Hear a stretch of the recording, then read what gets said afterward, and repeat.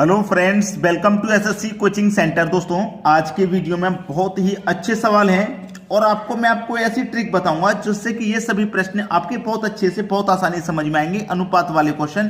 तो चलिए स्टार्ट करते हैं। पहला सवाल, यदि सोना चांदी से 19 गुना भारी है, सोना, ठीक है, सोना चांदी से 19 गुना भारी है तथा तांबा चांदी से 9 गुना भारी है। ये दोनों चीजें भारी हैं, यानी कि सोना 19 गुना भारी है किससे? चांदी से, और तांबा चांदी से 9 गुना भारी है। कौन भारी है? तांबा, ठीक है। सोना 19 गुना भारी था और तांबा 9 गुना भारी है। किससे भाई? किससे भारी है? कि चांदी से भारी है। ये दोनों चीजें, सोना और तांबा, चांदी से भारी है। इसका मिश्रण 15 गुना भारी है। दोनों का जो मिश्रण है वो 15 गुना भारी है। क्या करेंगे भाई? एलिगेशन मेथड पढ़ा है क्या? भी नहीं पढ़ा? नहीं पढ़ा तो आज पढ़ लो। क्या करेंगे? दोनों का क्रॉस अंतर, 9 का और 15 का अंतर 6, 19 का और 15 का अंतर 4, 2 से कटेगा 2 बार में, 2 से कटेगा 3 बार में, 3:2। बिल्कुल सही जवाब। बस इतने टाइम लगता है इन प्रश्नों में, ज्यादा अधिक टाइम नहीं लगता। बहुत अच्छे अच्छे सवाल हैं। टाइम 5 सेकंड 6 सेकंड में मिल जाए ऐसा क्वेश्चन करने को, तो इससे बढ़िया ट्रिक क्या हो सकती है भाई? कोई सवाल है उसकी ट्रिक आपको 5-6 सेकंड वाली मिल जाए तो सबसे आसान तरीका होगा कि नहीं होगा?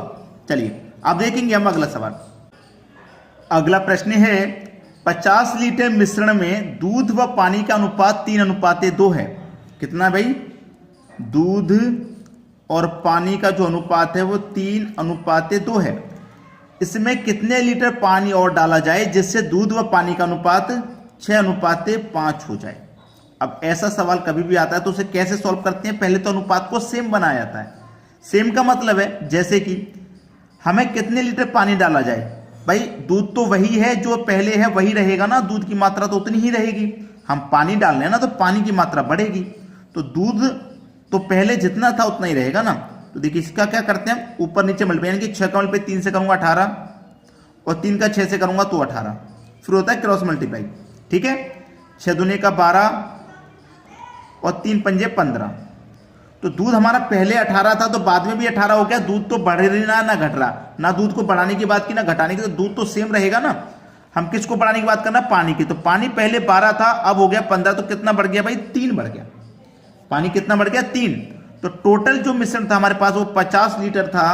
पानी कितना बढ़ रहा है? 3 बढ़ रहा है। बटे में क्या करेंगे? अनुपातों को जोड़ के डिवाइड कर देंगे। अनुपात का योग कितना हो जाएगा? 18 और 12 30, यानी कि 30 से कर दो भाई डिवाइड। 3 से 30 10 बार में कटेगा, 10 से 50 5 बार में कट जाएगा। इसका मतलब है 5 लीटर पानी हमें और डालना है।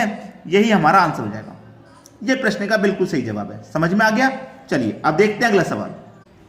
अगला सवाल है, 2 बर्तनों में नमक व पानी का अनुपात 2:3 तथा 1:3 है, तो दोनों को मिलाकर किसी बर्तन में डालें तो नमक व पानी का अनुपात क्या होगा? दोनों को मिला के डालना है, ठीक है। दोनों को मिला के पहले अनुपात कितना था भाई? 2:3, ठीक है। बाद में कितना है? 1:3। यही तो है, अलग कुछ नहीं है।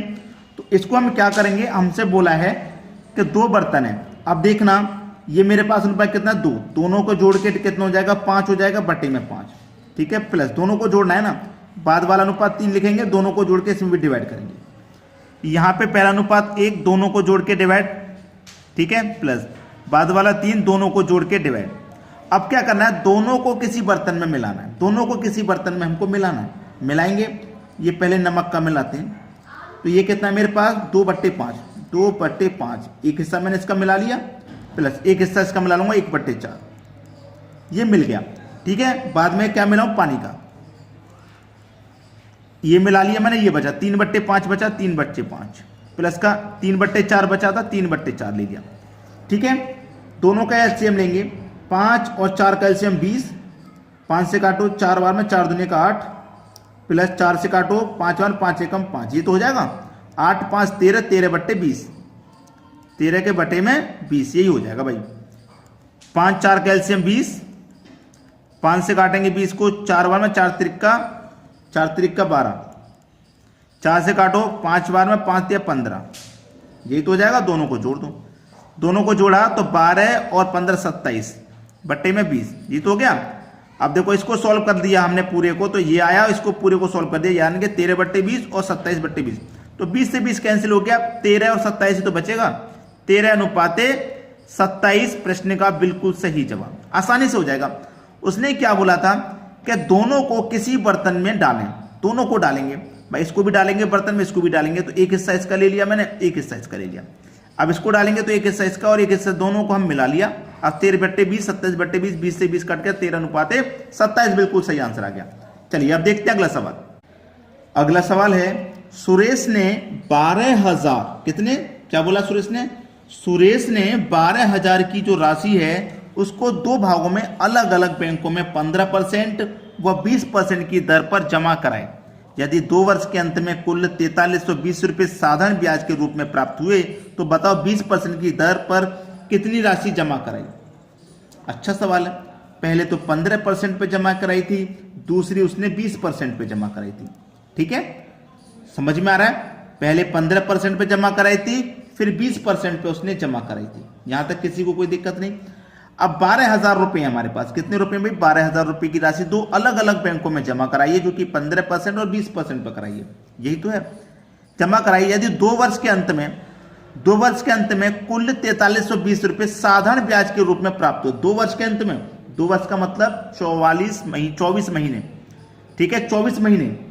देखिए 24 महीने में इसका मतलब कितना?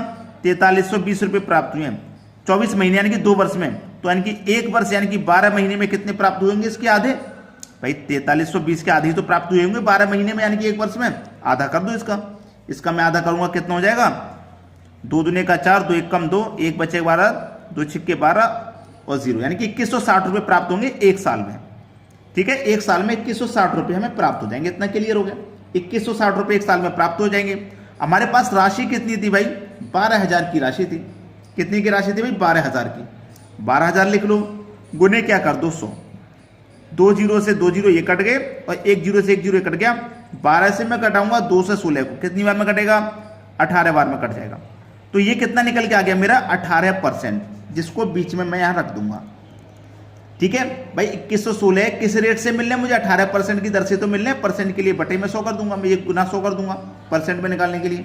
आप दोनों का अंतर कर लो, 18-20 का अंतर 2, 15-18 का अंतर 3, यानी कि जो वैल्यू है आपकी किस राशि पर जमा कराई थी? 2:3 पर जमा कराई थी। कितनी राशि जमा कराई उसने ये पूछा है। उसने क्या पूछा है? कितनी राशि जमा कराई? 20% पे। 20% पे कितनी जमा कराई? तो 20% का रेशियो कितना भैया? 3 है, 3 लिख लो। दोनों रेशियो का अनुपात कितना योग हो जाएगा? 5। ठीक है, और टोटल राशि कितनी थी? 12,000 थी। इस 12,000 में से 20% पे कितनी जमा कराई ये पूछ रहा है ना। कटा लो भैया, 5 से कटाऊंगा, 5 दूने का 10, 2 बचेगा 20, 5 चौके 20 और 2 जीरो 2400 हो गए। 3 काउंट पे 24 में कर दो, ये हो जाएगा आपका 7200। बस यही है प्रश्न का बिल्कुल सही जवाब। समझ में आ गया? चलिए अब देखेंगे अगला क्वेश्चन। अगला प्रश्न है, एक बर्तन में दूध व पानी 4:3 के अनुपात में है। दूसरे बर्तन में यह अनुपात 2:3 के अनुपात में है। दोनों बर्तनों के मिश्रणों को किस अनुपात में मिलाया जाए ताकि दूध व पानी का अनुपात 3:2 हो जाए? बेहतरीन सवाल है। ये मैं आपको लिए दोस्तों होमवर्क के लिए दूंगा और इसका आंसर भी मैं आपको बता रहा हूं। जिस बच्चे का 7:1 आ जाए वो सही जवाब है। भाई ये तो पूछ रहा है कि दोनों बर्तनों के मिश्रण को किस अनुपात में मिलाया जाए? 7:1 में मिलाया जाएगा। ये आपका आंसर है। जिस बच्चे का ये आंसर आ गया समझो उसका सही है। ये क्वेश्चन होमवर्क के लिए।